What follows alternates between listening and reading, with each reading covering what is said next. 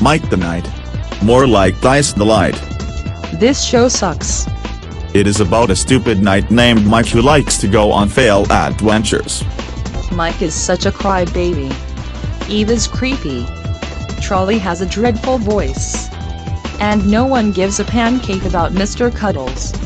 Not 2 or 3 either. Not even 4. Do you know who likes this show? Treefoo Tom. Do you know who hates this show? Pixar 99 Swell. Mike the Knight sucks. And so does Strawberry Shortcake. BFDI is over 1 gadillion times better than Mike the Knight. End of rant. Next rant, Hip Hop Harry. After the Hip Hop Harry rant, Kalo. And after the Kalo rant, Go Diego Go.